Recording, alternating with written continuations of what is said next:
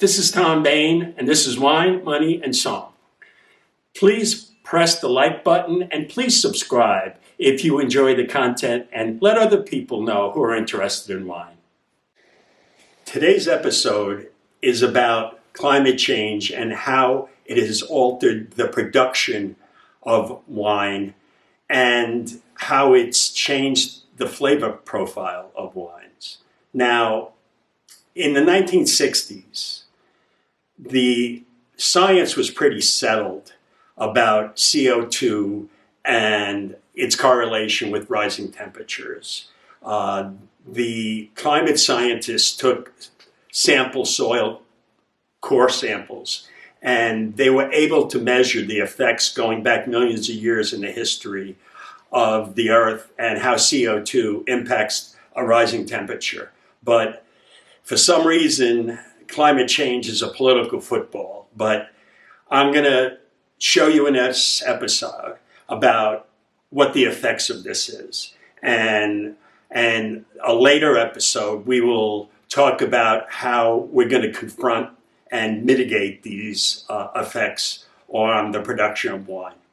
So in front of you is a graphic that shows the northern and southern hemisphere of the globe, and it shows you the Americas, North and South America, and the vast majority of grape growing for table wines occurs between 30 and 50 degrees latitude, both in the north and in the southern hemisphere, and this has been going on for centuries.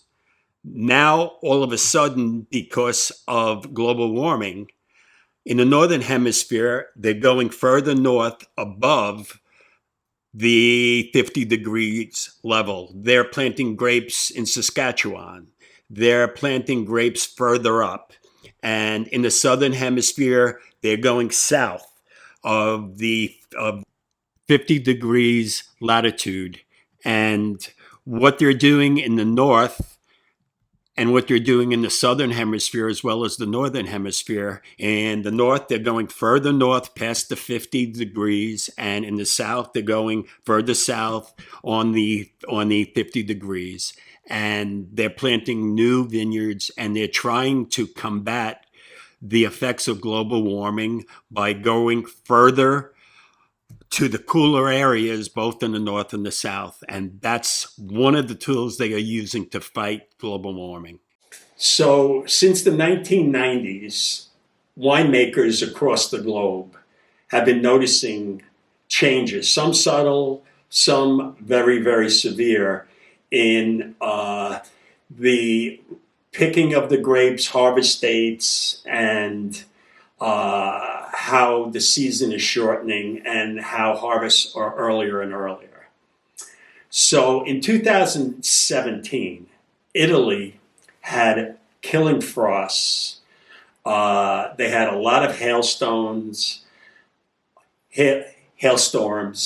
and they had one calamity after another. And they had their lowest harvest in over 3 decades. They picked early, but the quantity of the grapes were down so much because of the effects of climate change. And in Chile and Argentina, they started planting vines much higher up than they normally do. And they're going as high as 5,000 feet higher now, and even higher than that, to get cooler temperatures. In 2019 and 2020, California's wildfires blackened the vineyards, and there was smoke damage, and it tainted the grapes. And that had a severe effect on the California industry, where wineries burned down. You're going to see pictures of the results of those fires. And they've been going on in Australia, wildfires there, and it has a significant effect. Once there's smoke in the air, the smoke gets into the skins of the grapes. Now, this doesn't affect white wines like it does red wines, because most of the times they don't ferment the skins of the white grapes with the wine. But red wines have the skins on it, and you get that smoke taint in red grapes. So it's been happening every other year almost, and it has really impacted the industry. In 2020, Burgundy had its earliest harvest in over 30 years. It began 8:15, and 8:15 to 8:20, meaning that the harvest really was underway the third week of August. And in Burgundy, for over 30 years, it averages the middle of September, not of August. And over a period of centuries, it was the middle of October. So you want to talk about change? That's climate change. And in 1920, France lost 30% of its total production. They lost $2 billion in sales because of the short harvest. And most of the areas in 2020 were affected. And there was a very, very bad killer spring frost in 2020. And in Bordeaux had a loss of $800 million in sales. And the high temperatures led to extreme consequences. Now, if you think about it, if you have a mild winter, which has been happening year in and year out, and you think that's a good thing, and also it doesn't rain a lot, but you need the rain during the winter so it can replenish the water table underneath, and that feeds the rootstocks underneath the soil the next year, builds up the reserves. But when you have a warm winter, it doesn't allow the viruses and the mildew to be killed off. And when it's not cold enough, it doesn't toughen the wood up like a cold winter would. And it makes the wood stronger and more resistant. So after a mild winter, you have early budding in the spring, and all of a sudden the buds are coming out. And then April and May, a killing frost comes, and you can lose 30-50% of the grape harvest right then and there. And that's because you didn't have a cold enough winter.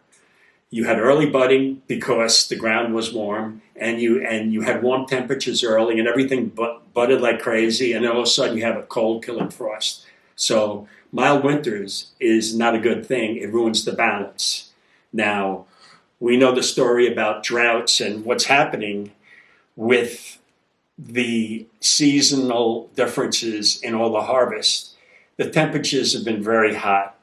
The only last vintage that hasn't been overly hot is 2021, but the other years it's been very hot and very little rainfall. So what does that mean? Oh, the grapes are going to ripen up and it'll be an early harvest and we're going to have really ripe grapes. But not having rain in the proper times of the year, it stresses the vines, and it causes at times stress that the grapes cannot mature over the period of time it needs. And it needs to be a certain amount of time on the vine, these grapes. Now, you get the sugar content, everything's fine and dandy, you're going to get some nice big ripe wines, but you still don't have the phenols in the wine that need to develop the tannins, and they need a certain time period on the vine to be mature. And that's what's suffering. So what do you get from these hot vintages? You get big, dramatic red wines that are ripe, big in your mouth, but the acid levels are much lower. And you do sacrifice some of the delicate complexities and the aromatics that are in the wines. And So who are the beneficiaries of these warmer harvests? Well, take a look at Alsace and take a look at Germany especially. Usually they have a hard time ripening the grapes. And the last 20 years, they've had maybe 7 out of the 10 vintages have been great. And formerly, it used to be 3 out of 10 was very good or excellent. I talked to Jean Trumbach from Alsace, and he told me a year or so ago that every year it's the exception when we don't have a great year, and we're getting the ripeness where we can make the Vendange Tardive wines, the late harvest wines, year in and year out. So they are the beneficiaries. And the people who had planted vines in the marginal areas 10, 15 years ago, that they didn't get ripeness, they're getting ripe grapes now in the Sonoma Coast in California, and in mountain areas now where it was hard to get ripeness, they're getting ripeness. So that's what's happening right now. And it's going to be many years for them to research, and the next episode will be about what the wine industry is going to do in mitigating the effects of climate change.